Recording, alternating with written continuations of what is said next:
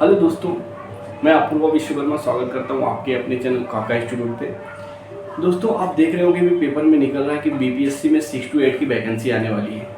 क्या ये पेपर में सही निकल रहा है या कुछ टीचरों द्वारा निकाला जा रहा है? क्योंकि क्या होता है, टीचर निकालते हैं फिर पेड कोर्स भेजते हैं, उसमें आपको फंसा के रखते हैं। तो अभी मैं बताना चाहूँगा आपको कि जो भी ये वैकेंसी निकल रही है, क्या ये सही में निकल रही है या नहीं निकलने वाली है, ये पेपर में क्यों आ रही है और कैसे आ रही है, और आएगी तो इसका पेपर क्या हो सकता है। क्योंकि बीपीएससी ने अभी तक 6 to 8 का कभी भी एग्ज़ाम लिया नहीं है। वो जो प्राइमरी के टीचर रहते थे उनको ही प्रमोट करते थे। तो हम बात करने वाले हैं कि अगर आएगी वैकेंसी तो सिलेबस क्या हो सकता है, और ये वैकेंसी आने वाली है या केवल टीचर के द्वारा पेपर में निकाल कर दिखाया जा रहा है। तो पहले मैं बात करूँगा 6 to 8 जो होता है बीपीएससी, इसकी एलिजिबिलिटी क्या रहेगी अगर वैकेंसी आती है तो, और आएगी कि नहीं आएगी मैं वो भी बताऊंगा, बट वीडियो के लास्ट में आपको बताऊंगा। 6 to 8 में जो आपका होता है, यहाँ पे एलिजिबिलिटी के लिए आपको पहले तो होना चाहिए बीएड या बिहार का डीएलएड। हर जगह का डीएलएड नहीं लेंगे, बिहार का जो रहता है, बिहार का डीएलएड, बिहार में जो डीएलएड होता है उसकी वरीयता बीएड की दी जाती है। बट अगर ये आप यूपी से बीटीसी किए हो तो वो वैलिड नहीं रहेगा, और इसके लिए आपको सीटेट का एग्जाम पास करना पड़ेगा। एस्टेट जैसा होता है तो एस्टेट नहीं है आपके पास बिहार का तो भी चलेगा, बट सीटेट का सेकेंड पेपर आपको पास होना चाहिए। और सेकेंड पेपर आपको पास है, आप बिहार से हो तो 82 आपका चलेगा। अगर अदर स्टेट से हो तो आपको यहाँ पे 90 चाहिए, क्योंकि आप वहाँ पे जाओगे तो आप जनरल में काउंट होगे। ये हो गया, बीएड हो गया, सीटेट हो गया। अब इसके अलावा क्या चाहिए, इसके अलावा देखो दो चीज़ तो हो गया। फिर यहाँ पे कैसे होता है, सब्जेक्ट का कॉम्बिनेशन होता है। तो जैसे 9th और 10th में होता है सब्जेक्ट कॉम्बिनेशन, तो वहाँ पे आपको देखना पड़ता है, आप मैथ लिए हो तो आपको क्या क्या सब्जेक्ट कॉम्बिनेशन चाहिए। बट यहाँ पे कोई सब्जेक्ट कॉम्बिनेशन आपको नहीं चाहिए। आप अगर साइंस किए हो बीएससी, यहाँ पे इसके साथ में आपका ग्रेजुएशन चाहिए, ग्रेजुएट आपको होता है। ग्रेजुएट अगर आप हैं और जैसे मान लो आप साइंस से हैं तो आप साइंस और मैथ दोनों के लिए अप्लाई कर सकते हो। अगर आप बीए से हो, मतलब आप हिस्ट्री ज्योग्राफी कुछ लिए हो, तो आप उसके लिए अलग अप्लाई कर सकते हो। मैं बताता हूँ कैसे, एक मिनट। तो ये आपका 6 to 8 का है। जैसे मान लो आपको मैं बताया, आप साइंस से पढ़े हो, मान लो आप बीएससी किए, बीएससी आपका मैथ से हो गया, आप मैथ से हो तो यहाँ पे आपको 2 एग्जाम देना पड़ेगा। एक आपका होगा जनरल पेपर, दूसरा जो होगा आपका सब्जेक्ट का पेपर होगा। ये जनरल है यहाँ पे,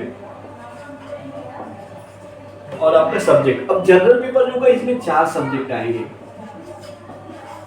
ये मैं आपको कैसे बता रहा हूँ, जो बीपीएससी ने एग्जाम लिया है 9 to 10 का जो एग्जाम लिया है उसके ये सर्टिफाइड होता है कि जब 9 to 10 में सब्जेक्ट का अलग से लिए हैं और इसका अलग लिए हैं, तो इसमें भी आपका सब्जेक्ट का अलग लेंगे और जनरल पेपर आपका अलग होगा।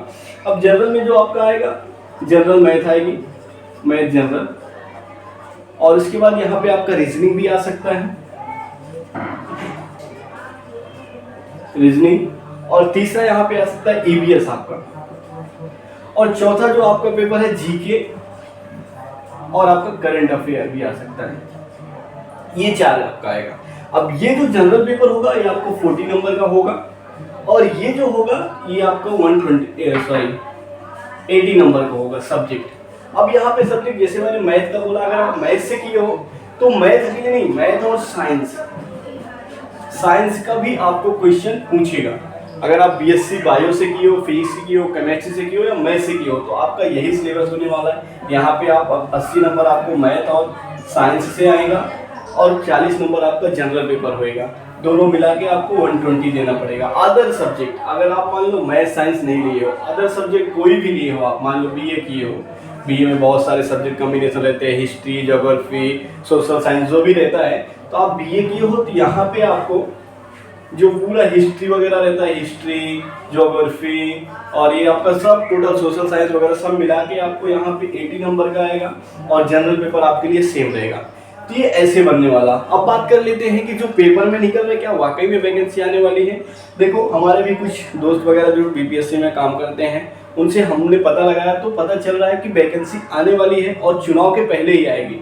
तो इसके लिए क्या है, आप अभी से तैयारी शुरू करेंगे तो जाके एट टाइम पे आप बीपीएससी क्लियर कर पाएंगे। क्योंकि आपने देखा रहेगा पीआरटी में और या स्टेट जो 9th और 10th और 11th 12th के जो पेपर हुए थे कितने हार्ड पेपर थे।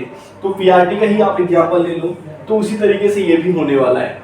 और यहाँ पे जैसे अभी आपको मैंने बताया, तो ये जो पेपर होएगा 6 to 8 के लिए, बट यहाँ पे जो क्वेश्चन आएंगे 9th 10th और 11th की बुक से भी आ सकते हैं।